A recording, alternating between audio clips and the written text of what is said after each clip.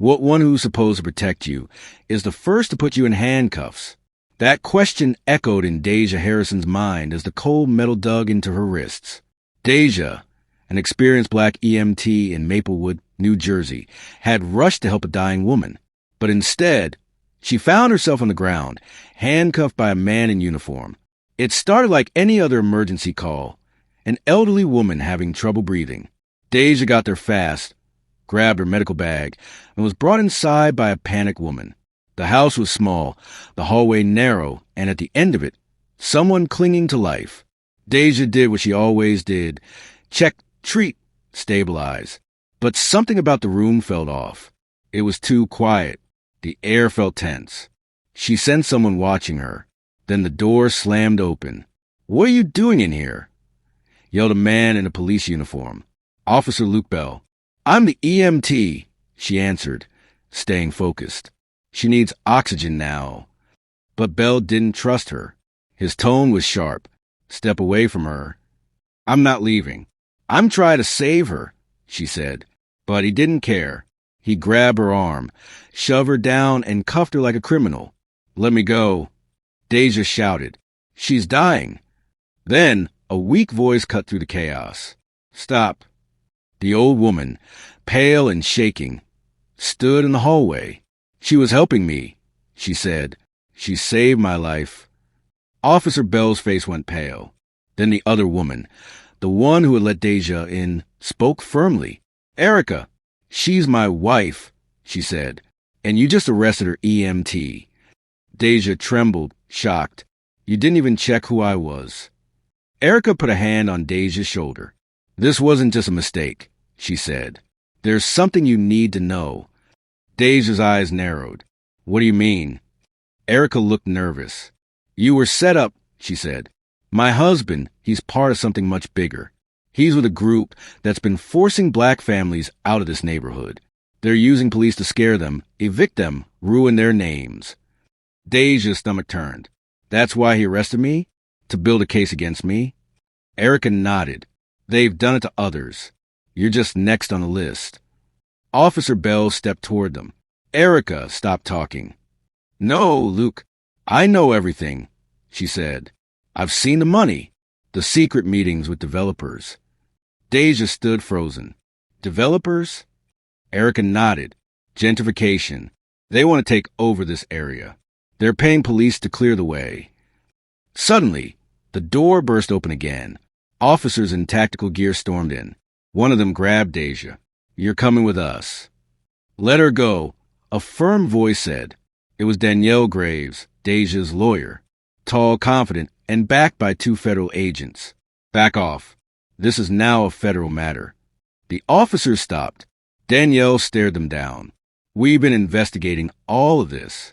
We know exactly what's happening." Deja was uncuffed. Erica moved closer.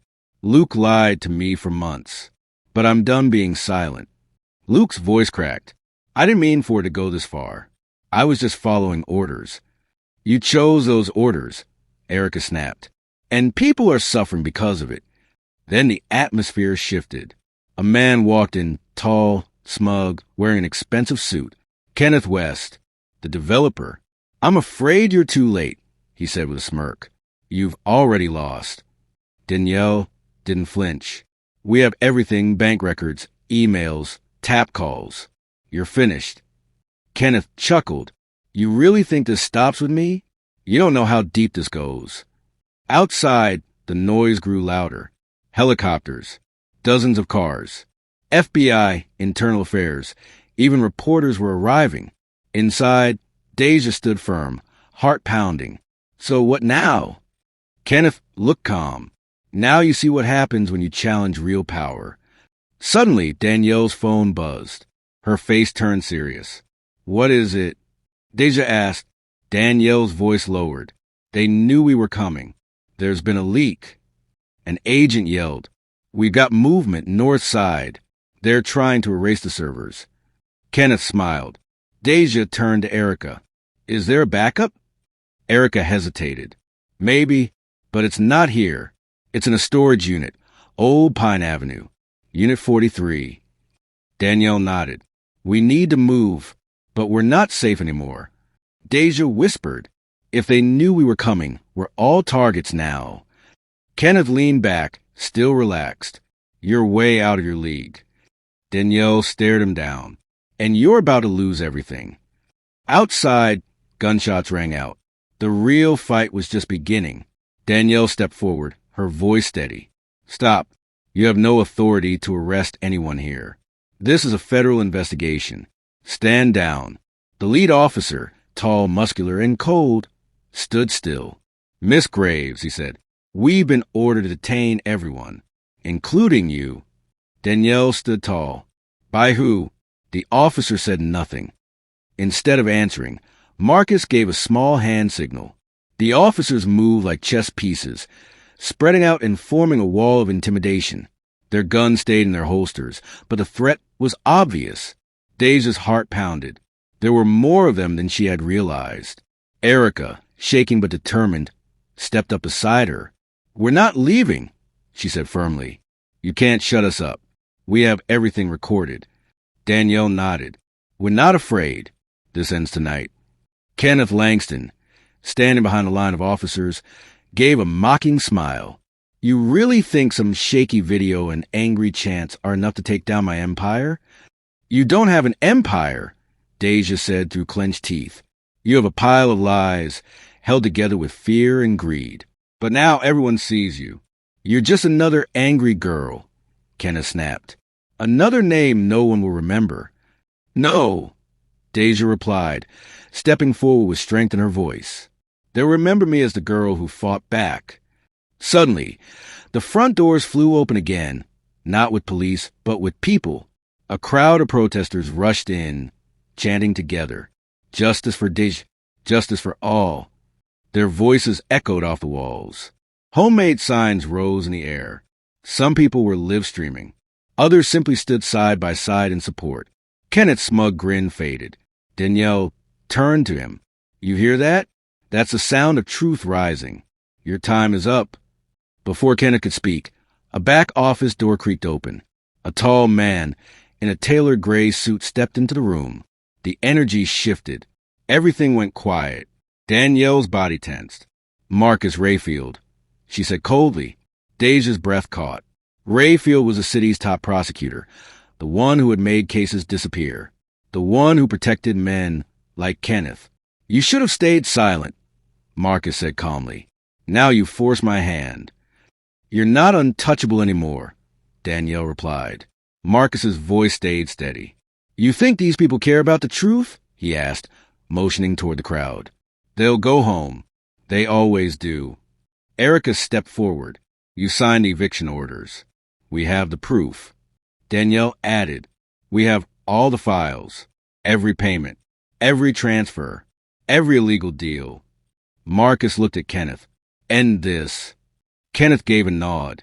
Suddenly, officers pulled their weapons.